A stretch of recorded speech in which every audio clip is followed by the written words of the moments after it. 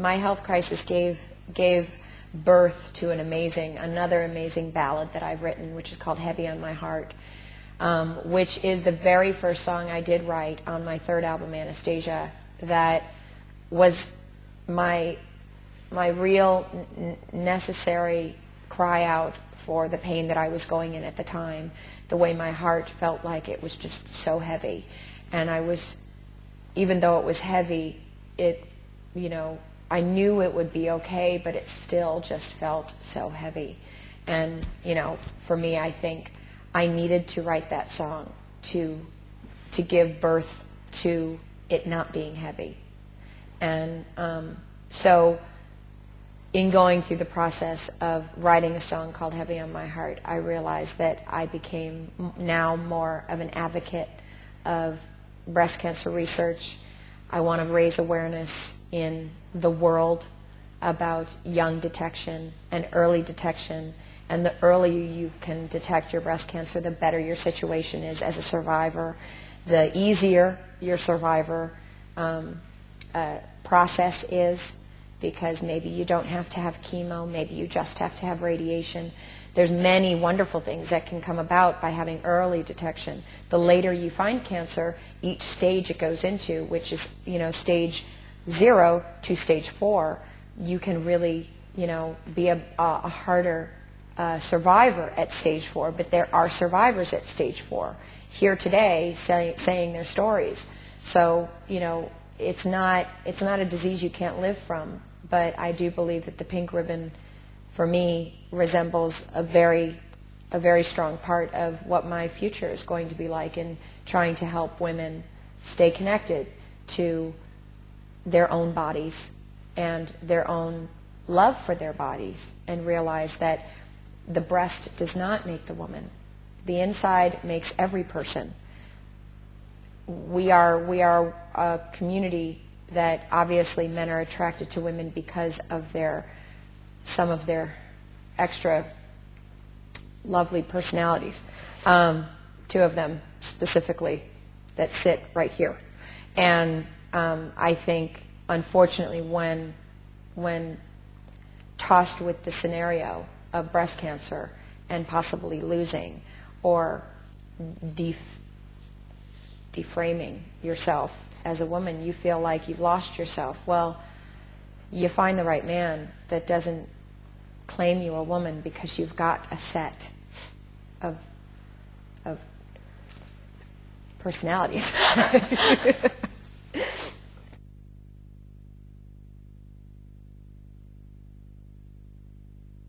Welcome to My Truth is definitely, it's kind of my paid my dues on this album.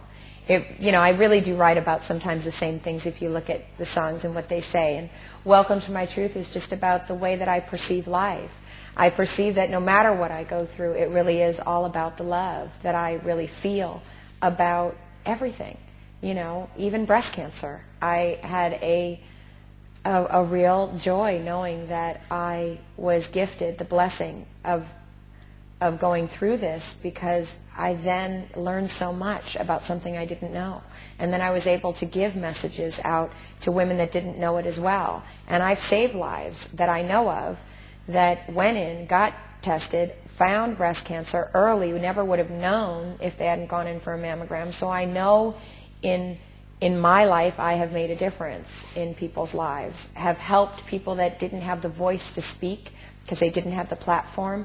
But when I spoke, it was like them speaking. So in essence, I ended up becoming a voice for many millions that had no voice.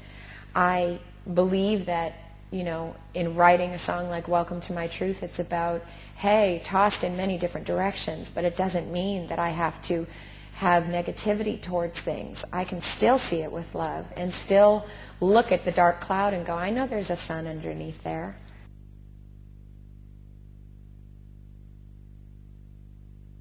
Everything Burns was a song that actually was presented to me through the record company from a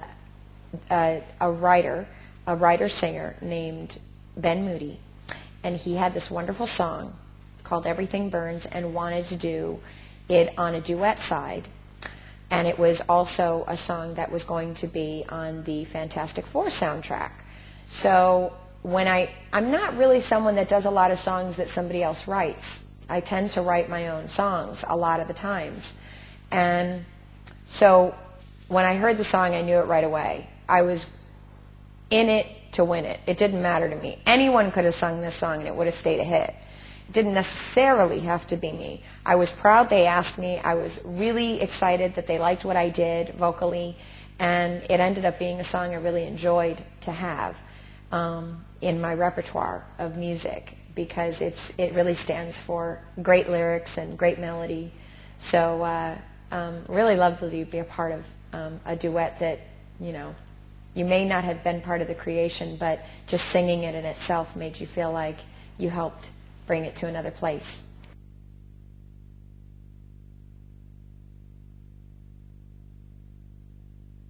I Belong to You is another duet song that I actually did. It's on the Pieces of a Dream album.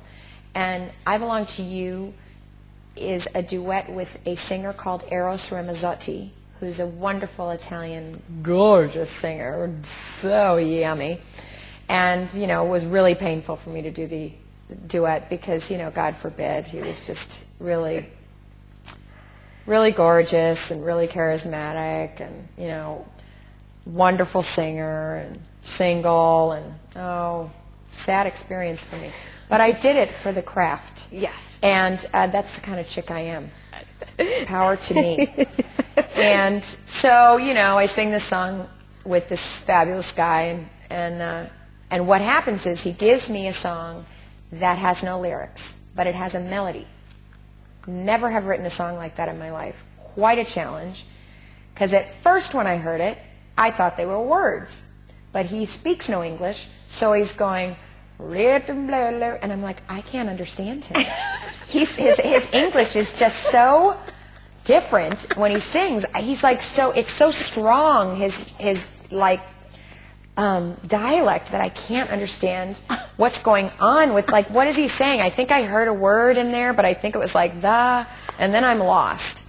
And so my record company's like, no, there aren't words. He's actually just mumbling, a melody, jibber jabber, so that you can write the words. And I was like, oh, makes so much more sense to me. Because I was like, I don't know what he's saying. So apparently I had to write the words, which was a challenge for me because I'd always written melody and then words came right after.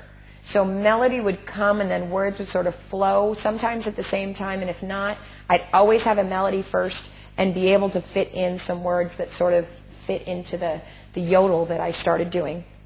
And so it was a challenge, and I actually brought in a co-writer for that experience, Cara Diaguardi, because I felt that I was pressured enough. I already had to write Pieces of a Dream, I had to write In Your Eyes for this album, and I had like 3 days to write these songs, and then I had to go off and do a tour. So I felt that, I pretty much need to know that this is a different experience for me to write. So maybe if I fed off somebody lyrically, and she was a lovely co-writer to write with. Was it different because it was a duet? It wasn't just your voice? Was that a different challenge? No, not at all. It actually wasn't the duet that threw me. It was the fact that there was already a melody going, and I had to try to fit words into their melody, which didn't come from my spirit anyway, so it's not my typical melody that would come out of my heart to write. Even though I liked his melody, I didn't quite know, well, what is he saying? I hope that I'm writing the spiritual side of what he's saying. Maybe he's completely wanting a sad song. I'm writing a love song. He's going to go, she didn't get it. So I was a little nervous to know, what he was saying. But it worked, and it's a lovely, lovely duet. He sings in Italian, which he also sings in Spanish, because he has 2 different markets, and I sing in English. So the beauty is that I think a lot of languages can understand what the song is saying, because even hearing half of what you understand, whatever language you speak, it lets you get an idea of the ballad that you're hearing and what the song is meaning. So it's really lovely.